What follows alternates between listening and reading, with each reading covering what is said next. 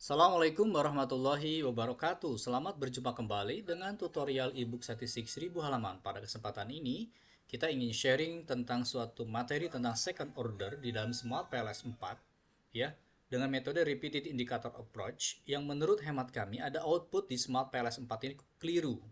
Jadi kita harus hati-hati ya di dalam membaca output di dalam Smart PLS ini, baik Smart PLS 3 maupun Smart PLS 4 dengan metode repeated indicator approach. Ini ada output yang keliru. Dan ini coba kita sharing kepada sahabat statistik semua bahwa output composite reliability dan AV pada high order atau second order variabelnya itu keliru. Ya, kita lihat coba. Jangan lupa untuk subscribe di channel kami ebook statistik 1000 halaman untuk memperoleh manfaat dari sharing atau tutorial atau sharing ilmu pengetahuan seni mengolah data, skripsi, tesis maupun disertasi ini. Ini adalah satu contoh kasus di mana reliabilitas, kita perhatikan, ini reliabilitas diukur oleh sejumlah dimensi. Ada 5 dimensi, yaitu belief, kemudian ritual, kemudian eksperimensial, kemudian konsekuensi, dan juga intelektual. Ya, dari teori Glock and Stubb, ya, 1962. Kemudian, ini item-item ini digunakan kembali, item-item yang pada dimensi digunakan kembali pada repeated indikatornya untuk mengukur variabelnya. Oke, ini sama nih, digunakan kembali di sini. Begitu juga dengan motivasi, diukur oleh dua dimensi di sini, contohnya, yaitu achievement dan juga digunakan satunya lagi adalah recognition. Ya, kemudian item-itemnya digunakan kembali di sini. Oke, ini namanya second order. Ini namanya first order saja. Kepuasan diukur oleh sejumlah item namanya first order. Ini second order. Metode yang digunakannya repeated indicator. Ini repeated indicator. Jadi indikator pada tingkat dimensi digunakan kembali mengukur high ordernya. Di mana letak kesalahannya di output Smart PLS? Mari kita run, nanti kita coba run model Smart PLS-nya. Yang kurang tepatnya adalah di composite reliability dan AV-nya. Pada output high ordernya, motivasi dan reliabilitasnya.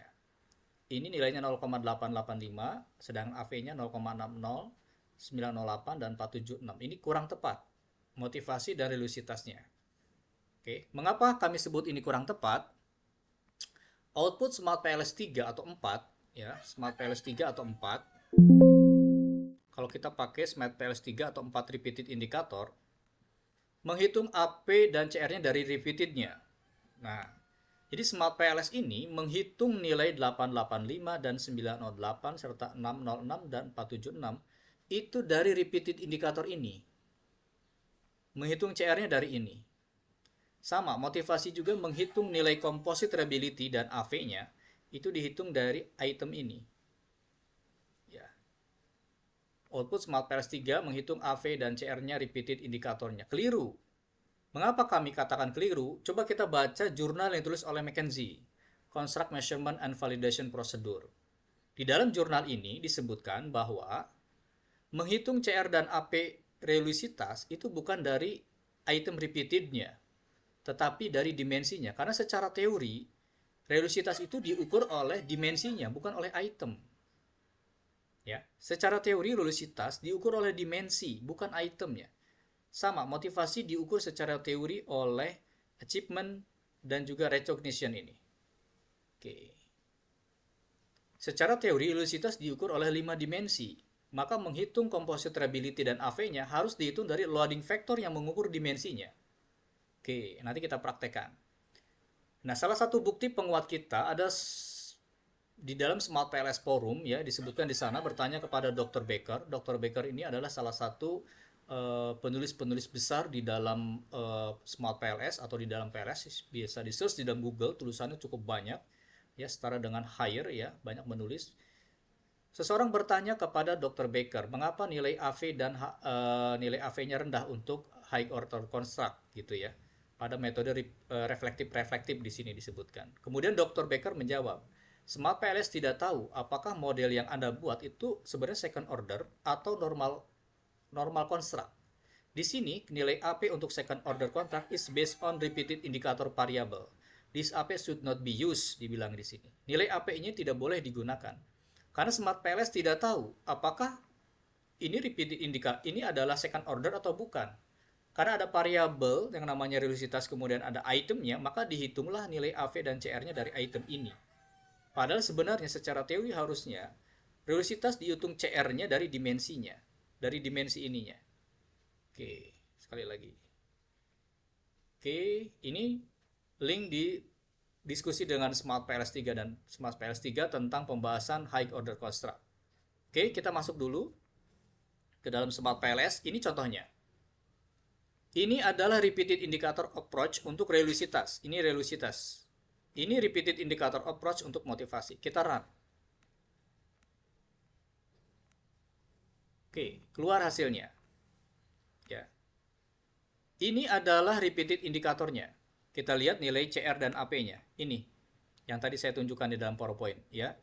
Untuk motivasi ini dan untuk religiositas ini. Oke.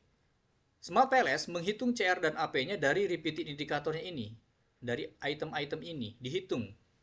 Ininya. Karena Smart PLS tidak tahu model yang kita bangun ini sebagai second order atau bukan. Sama dengan motivasi juga. Dihitungnya dari sininya, repeated indikatornya. Padahal seharusnya nilai CR dengan AP dihitung dari ininya. Karena secara teori, religiositas itu diukur oleh dimensi, bukan oleh item ini. Teorinya religiositas menurut Gluckstock diukur oleh ini. Dimensi belief, dimensi ritual. Oleh karena itu, menghitung loading factor, menghitung CR dengan AP-nya harus dari dimensi. Kami sudah hitung manual di Excel, ya. Ini kami hitung untuk motivasi, nilai CR-nya seharusnya ini 0,925 dan 0,86 untuk motivasi. Smart PLS ini keliru ini. Sama untuk religiositas, kalau dihitung dari dimensinya ini nilainya 913678. Ini keliru. AP-nya lebih rendah. Oke. Kita kembali lagi ke Smart PLS. Jadi nilai AV-nya itu harusnya dihitung dari sini secara teori. Sedangkan Smart PLS menghitung nilai AV-nya, ya, nilai CR dan AP-nya itu ini dari itemnya ini, dari item-item yang kuning ini. Sama religiositas juga, motivasi juga dari sini, item-item. Dan ini keliru. Sekali lagi kami ingin menyatakan bahwa ini keliru output ini. Kalau kita ingin menggunakan repeated indicator approach, maka kita harus menghitung manual nilai CR dengan AP-nya. Sekali lagi, ya, ketika kita menggunakan repeated indicator,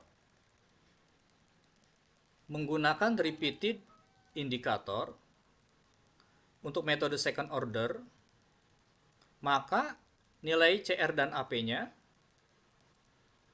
high order atau tingkat variabel, ya, harus dihitung manual. Nah, sekali lagi harus dihitung manual. Kenapa? Tadi pernyataan Dr. Baker, Smart PLS tidak mengetahui bahwa model kita second order atau normal construct. Maksudnya normal construct ini adalah first order. Sehingga AV dari second order itu dihitung berdasarkan repeated indikatornya. Nah, nilai AP ini tidak boleh digunakan. Ya, sebagai penggantinya kita harus menghitung secara manual. Nah, oke, ini jurnal asli yang ditulis oleh McKenzie bahwa second order itu dihitung dari dimensinya, bukan dari itemnya untuk CR dan AP. Secara teori religiositas diukur 5 dimensi, maka komposit dan AP-nya harus dihitung dari loading faktor dimensinya. Sekali lagi output di Smart PLS keliru. Yang kedua, kami pernah memberikan komentar kepada James Gaskin. Profesor James Gaskin ini banyak direkomendasikan oleh Smart PLS 4 untuk membuat video-video tutorial Smart PLS 4. Bisa dilihat di James Gaskin. Kemudian pada waktu itu James Gaskin membuat video tutorial repeated indicator, ya. Kemudian kami bertanya, ya, saya pikir bahwa AP dan CR untuk high order construct di Smart PLS metode ini keliru. Kemudian James Gaskin menjawab good catch katanya. Dan akhirnya dia mengupdate kembali videonya, mengupdate video kembalinya menggunakan metode yang disebut embedded two-stage approach. Jadi rekomendasi dari metode repeated indicator approach, sebaiknya di dalam metode second order itu menggunakan embedded two-stage approach. Bisa dilihat di video tutorial James Gaskin atau di video tutorial kami. Jadi sahabat statistik semua, ketika kita menghadapi metode second order, ya, sebaiknya kita menggunakan ini, embedded two-stage approach. Ya, embedded two-stage approach atau disjoint two-stage approach. Ya, ini metode yang direkomendasikan untuk menghindari terjadinya bias di dalam metode second order repeated indicator approach ini. Oke, jadi metode yang rekomendasikan itu sebaiknya menggunakan embedded two-stage approach. Silakan lihat tutorial kami tentang embedded two-stage approach atau disjoint two-stage approach. Ini sudah dikembangkan di dalam Smart PLS 4, ya, sudah dikembangkan di dalam Smart PLS 4 yang memudahkan untuk menggunakan metode repeated indicator of, menggunakan ini embedded two-stage approach maksud kami. Embedded two-stage approach atau disjoint two-stage approach. Jadi rekomendasi kami kepada sahabat statistik semua, kalau menggunakan metode second order construct atau menggunakan second order factor, lebih baik menggunakan embedded two-stage approach atau disjoint two-stage approach untuk menghindari kesalahan, ya, di dalam menilai CR dengan AV-nya. Oke, mungkin itu tutorial yang bisa kami berikan kepada sahabat statistik semua.